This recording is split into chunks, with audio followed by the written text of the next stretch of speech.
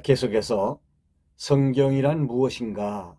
오늘 주제는 네 마디로 성경을 말한다, 이런 주제가 되겠습니다.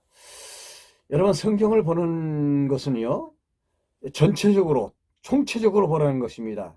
쉬운 말로 제가 말씀드렸습니다. 통으로 보아라. 성경을 통으로 볼 수 없으면, 성경의 숲속에 갇혀버리게 되면 아예 성경이 어떤 것인지를 알 수가 없게 되는 것이죠. 여러분, 오늘은요, 성경을 네 마디로 말씀을 드려보도록 하겠습니다. 성경은 네 마디로 이렇게 말할 수 있어요. 하나님의 보좌를 중심으로 한 영원한 세계에 대한 내용과, 둘째는 하나님께서 작정하신 하나님의 뜻을 시간세계, 인간세계에 언약하시는 내용에서 구약과, 그 다음에 그 언약이 성취된 사실에 대한 신약과, 그리고 언약이 성취된 구약, 신약이 성취된 신약의 시대가 끝나면 그때는 영원한 세계로 돌아가는데, 바로 거기 신천신지, 새하늘과 새 땅에 대한 이야기, 이렇게 네 마디로 이야기할 수 있습니다. 자, 그러면 영원한 보좌의 하나님에 대해서 말씀을 드려보도록 하겠습니다. 성경에는요, 정말 어마어마한 말씀들이 기록이 되어 있어요. 하나님의 보좌로부터 시작된 스토리가요, 마지막 인간 세상의 종말과 함께 또 영원한 하나님의 보좌에서 시간세계를 통과한 후에 벌어지는 광경까지 전부 일목요연하게 기록이 되어 있다, 그겁니다. 그런데 저와 여러분들은 고작 해봤자 성경에서 죄인 구원, 예수 그리스도, 요것밖에 모르잖아요.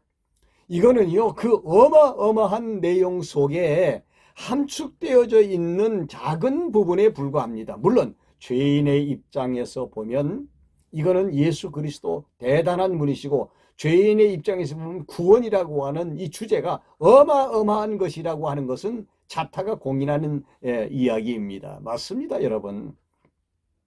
저는 이 시간에 성경을 네 가지로 이렇게 나누어서 마지막까지 말씀을 드려보도록 하겠습니다. 첫째는, 성경은 하나님의 보좌에 대해서 이야기합니다. 성경에 그렇게 하나님의 보좌에 대한 기록은요, 너무너무 많이 있습니다. 하나님의 보좌가 있고 24장로들이 둘러있는데 가까이에서 네 생물이 어떻게 해요? 하나님을 섬기고 있죠. 천군 천사들이 옹이하면서 하나님을 찬양하고 면류관을 벗어서 하나님께 드리면서, 그러면서 땅에 엎드려 하나님을 경배하는 그런 광경들이 꽉 차 있는 게 성경의 내용입니다. 거기서부터 성경을 보아야 일목요연하게 볼 수 있는 거죠. 우리가 어떤 책을 볼 때 중간부터 본다 그러면 그 책을 어떻게 이해를 할 수가 있겠습니까? 그와 마찬가지로 성경도 어디서부터 봐야 되느냐? 처음부터 봐야 되죠. 자, 여러분, 창세기를 보면 창세기 1장 1절 뭐가 나옵니까? 누구 이름이 나옵니까? 하나님의 이름이 나오죠. 태초에 하나님이, 그 태초는 뭡니까? 영원을 말하는 것이고, 그 다음에 나오는 말이 하나님이, 이렇게 나오죠. 태초에 하나님이 천지를, 그 다음에 하나님 다음에 천지가 나오죠. 여러분, 창세기 1장 1절 하나만 보더라도요, 이게 저 성경 전체를 함축하고 있는 내용이다, 이렇게 이해할 수가 있게 됩니다. 영원한 세계의 그 하나님은 여호와이십니다. 그분이 모든 역사를 주관하시는데, 하나님께서 창세전에 작정하신 뜻을 시간 세계를 만들어 놓고 아담에게 언약하십니다. 노아에게 언약하시고 아브라함에게 언약하시고요, 그 다음에 모세에게 언약하시고요, 다윗에게 언약하십니다. 그 언약의 내용이 구약 성경이에요. 그리고 신약에 와서는 그 언약이 성취된 사실을 증거합니다. 신약에서 예수님의 탄생은 인류 역사의 가장 중심에 있는 아주 대사건이죠. 구약의 4,000년 동안, 아담의 타락 이후 4,000년 동안의 언약의 역사가 예수 그리스도가 탄생하심으로 성취된 것입니다. 어마어마한 사건입니다.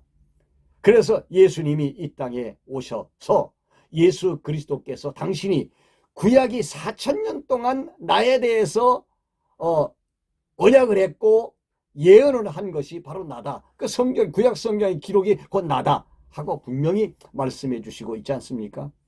예수 그리스도는 구약의 완성입니다.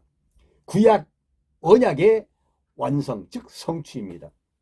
그러면 구약이 성취된 사실을 증거해야 되지 않겠습니까? 그래서 구약에 성취된 사실을 증거한 것이 누가 증거했습니까? 예수님이. 마태, 마가, 누가? 요한복음입니다. 그리고 예수님이 승천하시기 전에 제자들에게 말씀하셨습니다. 약속하신 것이죠.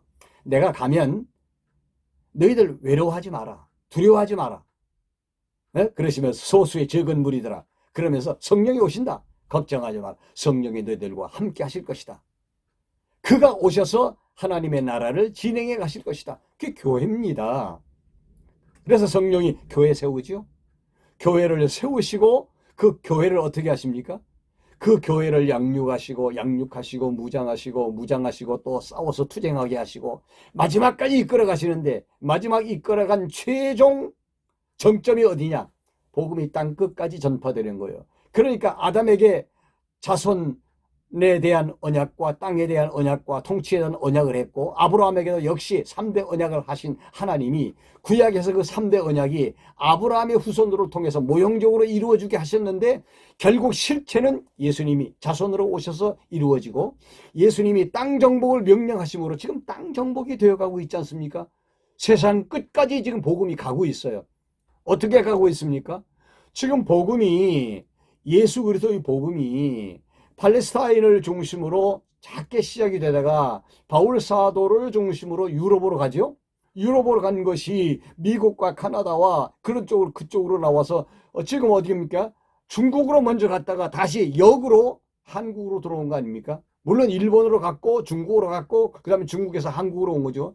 이쪽 동아시아 쪽에 복음운동이 이루어지고 지금은 중국이 어마어마합니다. 기독교 인구가.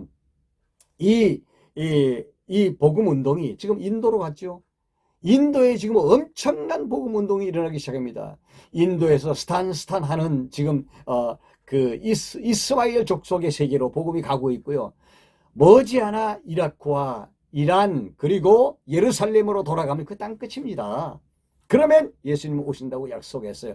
사실 우리가 생각해보면 얼마 안 남은 세상을 우리가 지금 살고 있는 것이죠. 무슨 의미가 있느냐? 예수께서 자손입니다. 수많은 당신의 택한 백성들을 구원하여 당신 안에 품고 있는 예수 그리스도는 하나님의 아들로서의 자손입니다. 아브라함이 언약한 자손, 기다리고 있었던 자손. 땅은 이미 정복되어 가고 있고요. 끝에 지금 거의 가까이 가고 있고요. 그리고 마지막 예루살렘에 도착하면 예수께서 다시 이 땅에 재림하십니다. 어떻게 해요? 초림의 예수는 죽기 위해서 오신 분이지만 재림의 예수는 어떻게 하십니까? 만왕의 왕으로 세상을 심판하시고 새하늘과 새 땅을 열어주실 분이 바로 재림하시는 예수 그리스도입니다.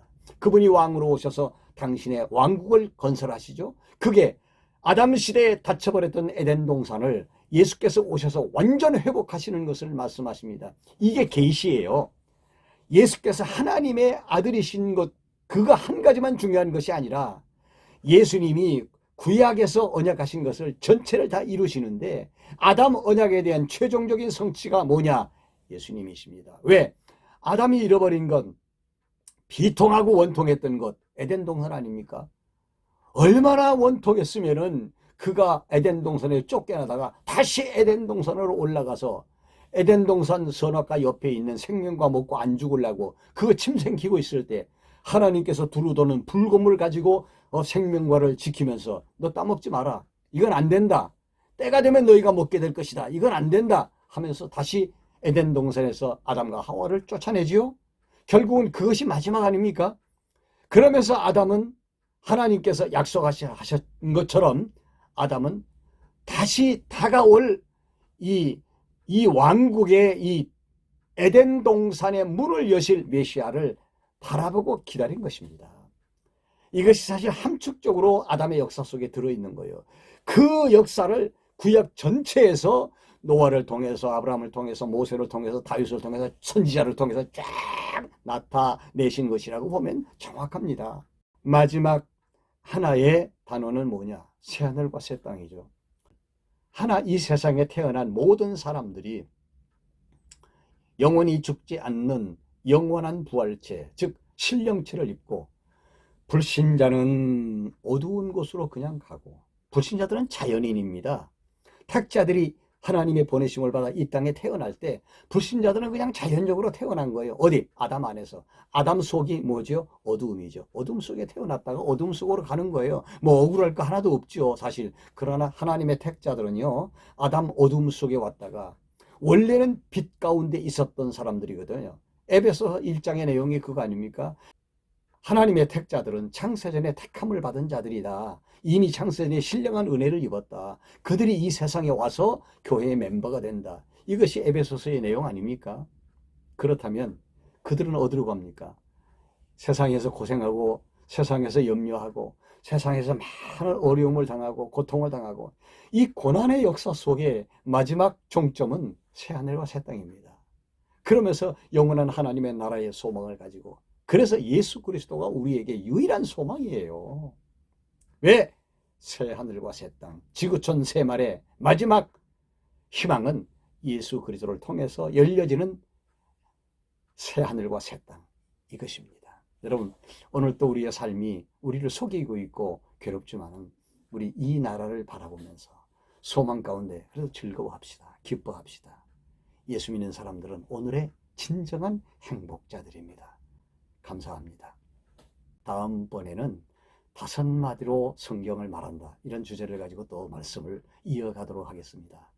구독 버튼을 누르지 않으신 분 계시면 눌러주시기 바랍니다. 더 좋은 방송을 만들려고 이 조원구 목사 애를 써 가고 있습니다. 대단히 감사합니다.